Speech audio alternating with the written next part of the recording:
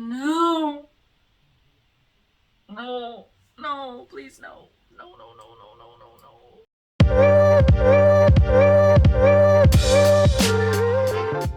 Hey guys, welcome back to Chaotic Commentary. Today we're going to be looking at some Am I Wrong stories. Let's get into it. Am I wrong for not allowing poopy washcloths? Ew, do I even want to know? I don't want to know. I moved in with my elderly parents to help them out financially and physically. Not the most ideal situation, but necessary. The other day, I walked into a shared bathroom, and on the countertop was a washcloth that had been used to wash a buttocks crevice.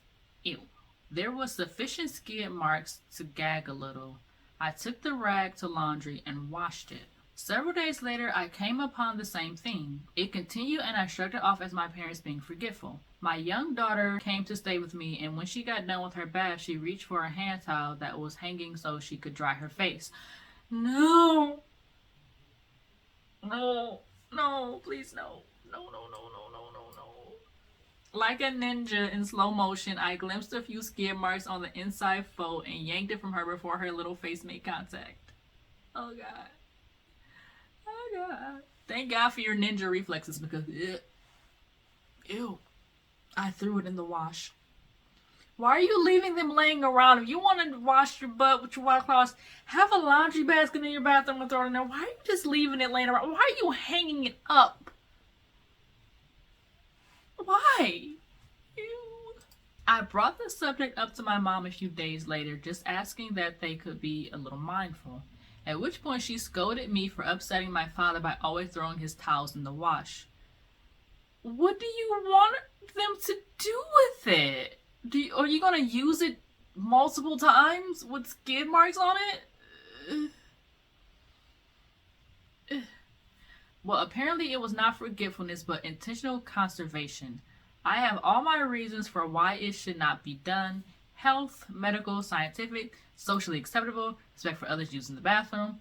My reasons were met with unusual attempts to present a logical argument in favor of leaving poopy washcloths or clothes used for private parts laying around for further use before deemed dirty.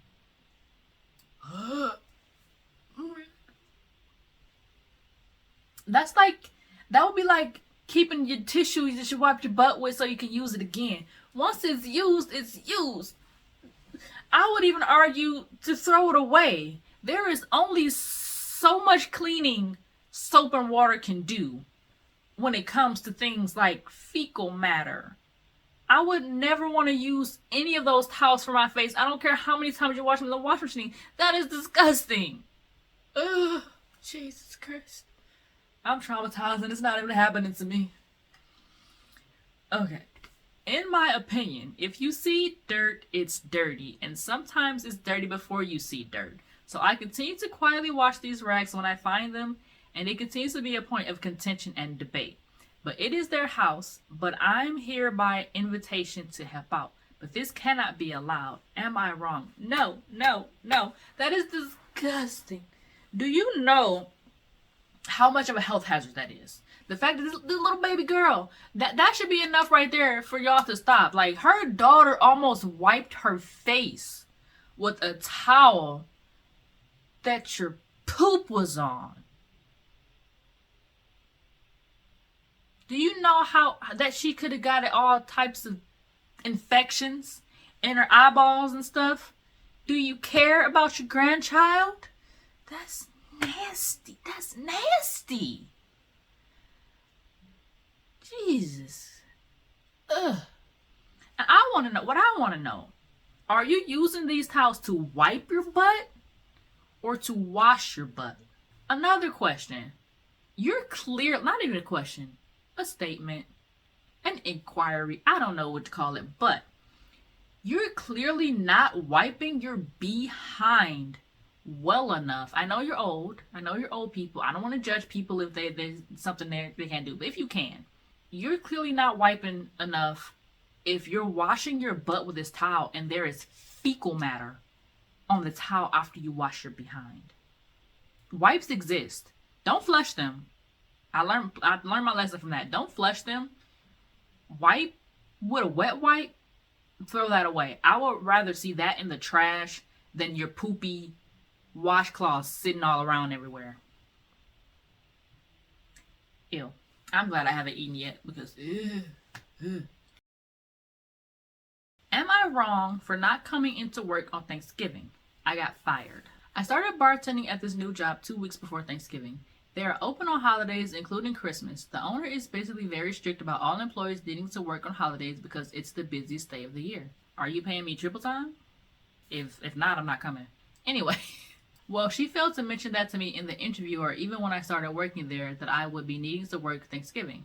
I had tickets booked for an event that day that were non-refundable. The event was also during the daytime, which in general I'm not even scheduled to work daytimes. I only work at night. I wouldn't be scheduled those hours anyway, so of course I would assume I'm off. I found out 1 week before Thanksgiving that I'd be needing to work all day. Some people are saying she's right because she gave me a week's notice, but in my opinion that wasn't much of a notice.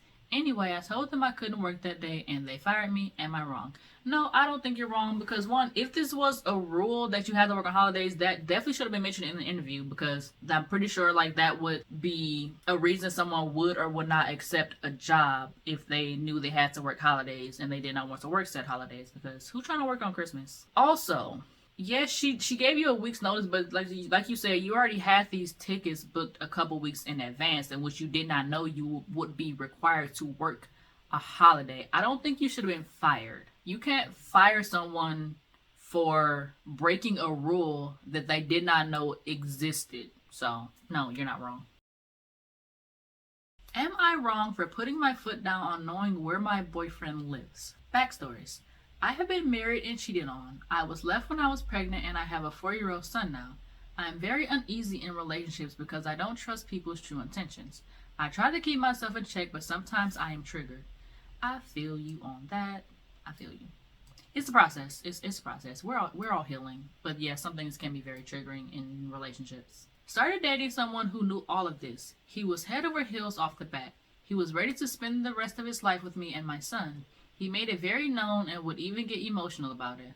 I was obviously cautious and I really made him work for it. And over time, I fell in love with him and could see a future with him. Except one thing. I never knew where he lived. How long were y'all together and you never knew where he lived? I never met his family.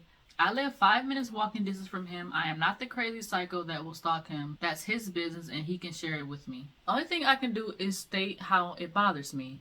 I did 3 times and nothing ever seemed to change. I would really harp on it because I didn't feel like I was being heard, and then we would go a few days without talking. I would always cave and we would always act like it wasn't an issue. I was hoping that with space it would happen organically. It never did. How are you talking about you so in love with this person, you see yourself spending your life with this person, but you won't tell them where you live at?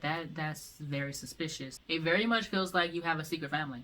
Do you? He had met my family and wanted to get on my mom's good side because that was important to him and would do little things around her house for her. I just said, treat me right and she will love you, and he said, easy enough. He has remained steadfast that I am the one for him and he is so lucky to have found me. But that's the one holdup. Last Sunday, my girlfriends asked me if I knew where he lived yet. I said no. And they grilled me on maybe he has another girlfriend stuff. So out of embarrassment, I turned around and really laid into him about it. I was met with he doesn't do conflict. And he doesn't react right away. And then when I was without saying anything, I hate people like this. People like this who are like, when you bring something up that's like an important thing, like something that matters to you, and they're all like, well, I don't do conflict. Why is it a conflict? It doesn't have to be a conflict. All she's simply asking you, where do you live?